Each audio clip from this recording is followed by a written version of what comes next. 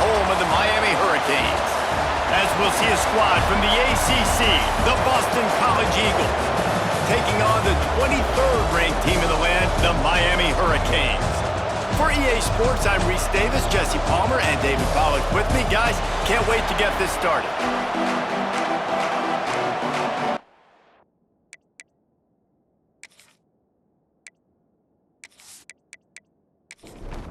Boston College about to kick it off and get this game started.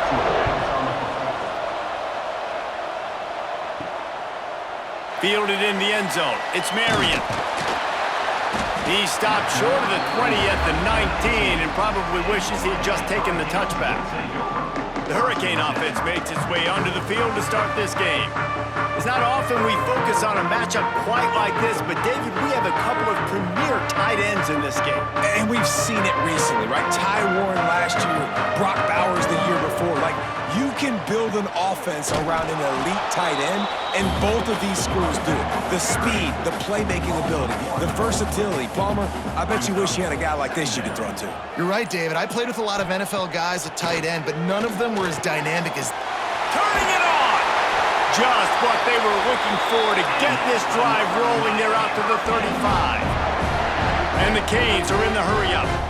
Hitting on transfer portal quarterbacks can be tricky. Certainly Miami did so with Cam Ward a season ago. And Jesse, they're hoping to keep it going with Carson Beck. They want the Carson Beck version from 2023. At the end of that season, after winning the Orange Bowl, a lot of people thought Carson Beck would end up being the first pick of the NFL draft. 2024 was a bit more up and down. They need him to play. Oh, it's a fumble. Recovers the fumble, and he's on the move. They knock him down finally, but boy, he was trying to make something out of that, and he stopped short of the first down marker. They'll run the sneak for it. And David, on 3rd and inches right there, that's often a decision the quarterback predetermines. Who's my best guard? That's the guy I'm going to try to get behind. And I know that defensively, too, but I'm just trying to dive and create a pile, but it's so hard to stop that play. That's why you see it. And the quarterback will be slung down back at the 43. And the defense gets a sack, and that's going to be the big determining factor in this football game. A week ago, he only got sacked one time. They've already got him on the ground. If they want to win this football game, they got to keep getting after the quarterback.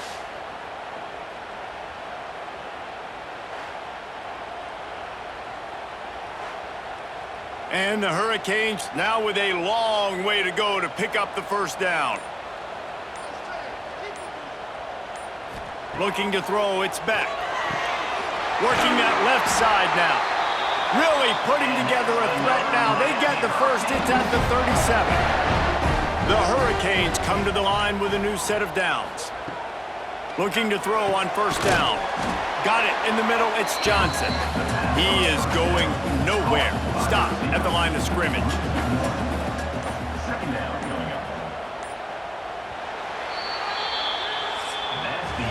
It has been all defense all the time in the early going as we wrap up the first quarter, and the stats certainly reflect that.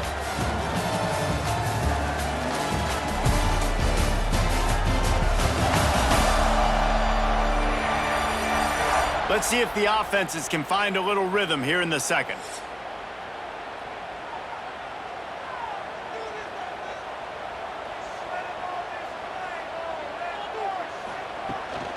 Looking for a physical attack from the gun. Knocked down at the 35 after a pickup of 3. 9th play of the opening drive coming up, but now they face a 3rd down. Fires to the big fella. He gets it oh so close to the first down marker, but I think he's going to be a touch short. And they're going to head out to line up for a field goal. It's good. He could have hit a string right in the middle of the uprights there. And that'll put the first points of the game on the board. It's 3-0. He'll take that first drive. Like, you wanted a touchdown, but you gave the people here at home something to cheer about on that first drive. Move the football enough to get your kicker an opportunity and to put 3 on the board. He'll start the return inside his 5. He was looking for some running room, but not much to be found as he stopped at the 18. So Boston College's offense will try to get something started with their first possession. Last week was a tape they'd rather just put right in the dumpster and forget about it. David, how does a guy bounce back from a game like the one he had last week? Well, hopefully he burned that tape, because that was not pretty. That was not what they're wanting to do, man. Just turning the football over, not enough productive plays. And so how do you bounce back?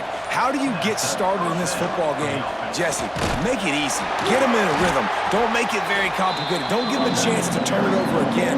You don't need to put this losing streak to another digit in the column. Yeah, I agree. I think there's two big things. I think one, he was just pressing. He was trying to force the big play to happen when there were other completions to be had. So he's just got to do a better job being patient. And I think the guys around him also have to step up as well. They need to run the football. They need to get that controlled passing game going on early to get into a rhythm, as you said, to help this guy get into a good headspace here early and turn the page from what happened the last time out.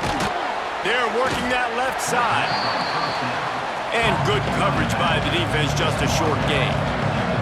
Quick tempo, no huddle offense. Second down, clock's running. Quickly to the tight end. And he's brought down after a nice gain. It's 1st and 10 from the 38-yard line. Wants to go up top on 1st down. Just a short pass to the tight end. They make the stop, trying to pick up just a little bit at a time to get to that 1st down marker. 2nd down, he'll throw it. Gets it out quickly. And they're able to force him out of bounds after a short pickup. And the Golden Eagles come to the line on 3rd and short, looking to keep this drive moving. On 3rd and short, they'll try to convert through the air. Got it in the middle, it's Bond. Just across the 20 with a 1st down at the 19. There's a timeout on the field. Tight game here late in the 1st half. Been tough to find the end zone here in the 1st half, but the ball's in plus territory. 1st and 10, under a minute to go. Man, it's really hard to control the running game if you don't control the line of scrimmage. And how about the defensive line doing a great job attacking those guys up front, not open up lanes to run through. Nice job just nullifying that run altogether. And the defense holds firm. No pickup at all on that play. Here on 3rd down for this offense. Off the RPO, fire right, trying to convert. They'll make the stop about a yard short of the 1st down. We got a timeout here late in the 1st half, and they'll try to get more points on the board before the break. So now on 4th down, they'll try to salvage a 3 and just get points before halftime. What a disappointment. No good. And after the miss, they're still down by a field goal. And these are the ones that make me want to remove kickers from a game. I mean, this is a chip shot field goal. It should be an automatic 3. He misses. Wasted drive, wasted opportunity. Creates a little room. Not much running room there thanks to this senior defender. 1st half in the books. Time now to join Kevin Connors in our halftime update. Gentlemen, this matchup on that field there in Coral Gables, sign me up for another half. And yes, football is a game of inches, but man, is that really the case when you consider the length of some of these possessions. Look, I'm not an analytics guy, but I do know this. The team that sustains drives and just moves the sticks might be the team that comes out on top today. And with that, let's send it back to the guys at Hard Rock Stadium. And the Canes will kick it away first, and we'll start the 2nd half. On the run from inside his own 5. Not a lot of space to be found. Good hustle by the coverage team, and they stop him at the 21. BC has it back, and the Eagle offense returns to the field. Keeping it on the ground to open the 2nd half. Breaks into the open. They stay aggressive and push their way out to the 33, and it's 1st down. They moved the chains on the ground last time. Let's see if they try to hit him up top. They're going to ride this running back. Hard running there. He had all kinds of company as soon as he got it. He had to fight his way back just to get to the line of scrimmage. They'll go to work in the air on 2nd down. Quickly out to the tight end. They make the stop. Not a whole lot of ground picked up there, and they'll have work to do to get the 1st down. on 3rd and long. Try to convert through the air. Fires to the tight end. He'll be stopped about 2 yards short of a first down. Going for the marker on the ground. Will not get there. A 4th down stop.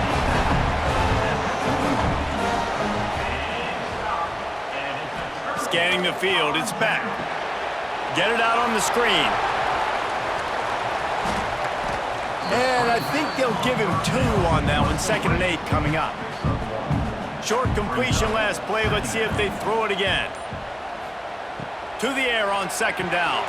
Safe completion on the screen. Breaks the tackle. He'll get it down to the 31, and that's where he goes out of bounds. Tries to slither forward on the sneak. Hauled down, but they'll move the sticks as he picks up the first down. The Canes come to the line with a fresh set of downs. Wants to throw on 1st down off the play fake. He's going to run it. Welcome to the frustrating reality of college football. Like, the guy at the quarterback spot, he can just do that. Pull it down, get positive yards, makes the defense have to account for him every single play. We've reached a break, and Miami is holding on to the lead. 3 quarters are in the books. Time becomes a factor both in trying to hold the lead or cut into it as we take a look at the stats.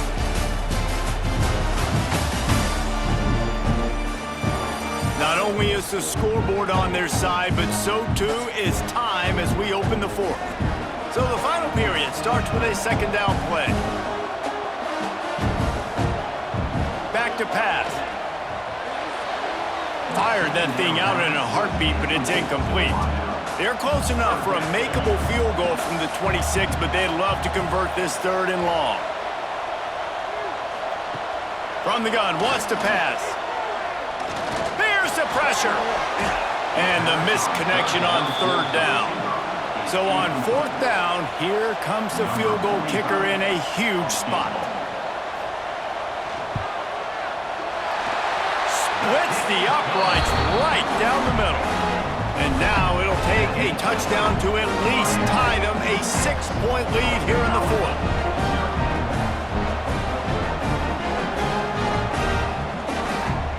After putting up the field goal, they're set to kick it away.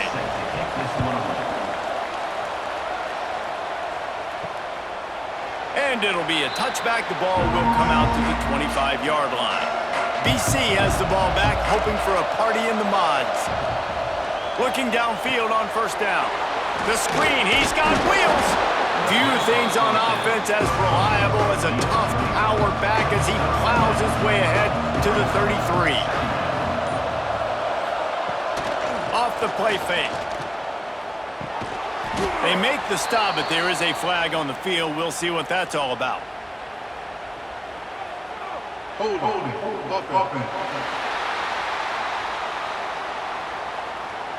That penalty moves the ball back 10 yards. We'll replay the down.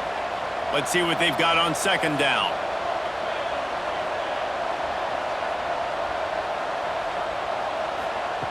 Looking to fire. Rushes on him. On target to the left. He'll work and weave his way all the way up to the 45 before going out of bounds. Looking to throw on 1st down. Fires to the big fella. And there were no creases or crevices to run through, and they shove him out of bounds. Now inside 4 minutes to go here on 2nd down. Wants to go up top. Under fire. It's on target and complete. Just what they were looking for, and he's got him set up in business at the 35 with a 1st down.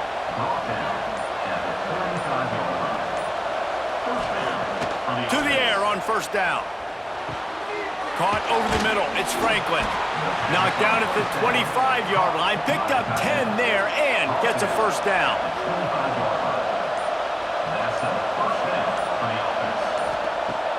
Use the play fake. Now to throw.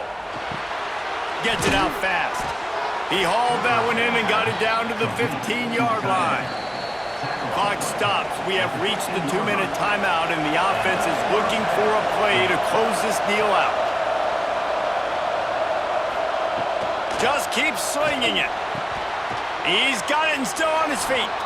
That completion will take them inside the 10 to the 9-yard line. Second down, they'll go to the air. Snags it. Into the end zone. Touchdown, Eagles. And such a great job by the offense, able to execute there and score a touchdown late in this game. You know, you try to simulate that in practice, but you just can't do it. Guys are going to have to step up when it matters the most under the bright lights, and they did it there. 1 point away from taking the lead. Just an extra point away from taking the lead late. And that extra point was good, and now they have the lead in the fourth. And let's check in with Kevin Connors in the studio. Kevin? Fellas, rivalry game in the SEC. Of course, that's almost redundant in that league, but check this out. USF looked like a program ready to take the next step after a big road win today. This was a complete team effort from the Bulls. Offense, defense, and special teams all doing its part. Impressive, to say the least. An SEC clash and an impressive showing that could be a huge confidence builder for this program. Back to you. Kevin, thanks a lot for that one. Sounds as if they had a good one there. Spins away from the defender. Gets it out to about the 35-yard line. That's where they'll mark him out of bounds in this offense trying to put something together. Back to throw, it's Beck. Got rid of it in a hurry, but he couldn't find his man. It's incomplete. Working well behind the sticks on second down. Back to pass. Grabbed in the middle. It's Marion. They bring him down, but not before he's able to pick up the first down.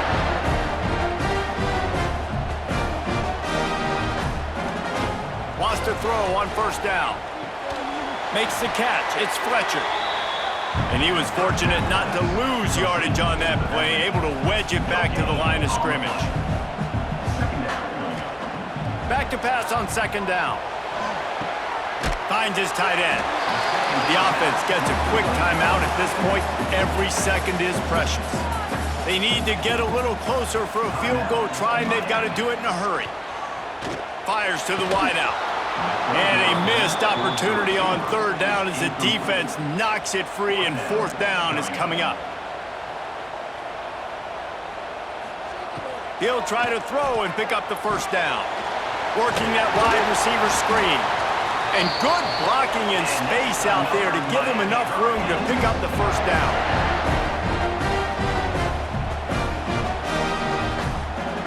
Everybody lined up, quickly snapped and spiked to stop the clock. Backed up now, here's second and long.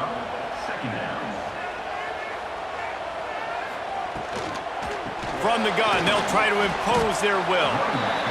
Timeout called by the offense. 23 seconds remaining in the game. They feed him again. He fought him off for a while, but that's what they mean by gang tackling.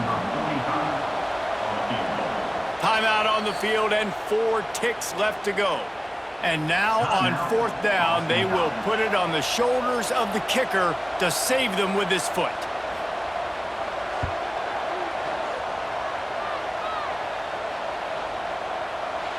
That is no good.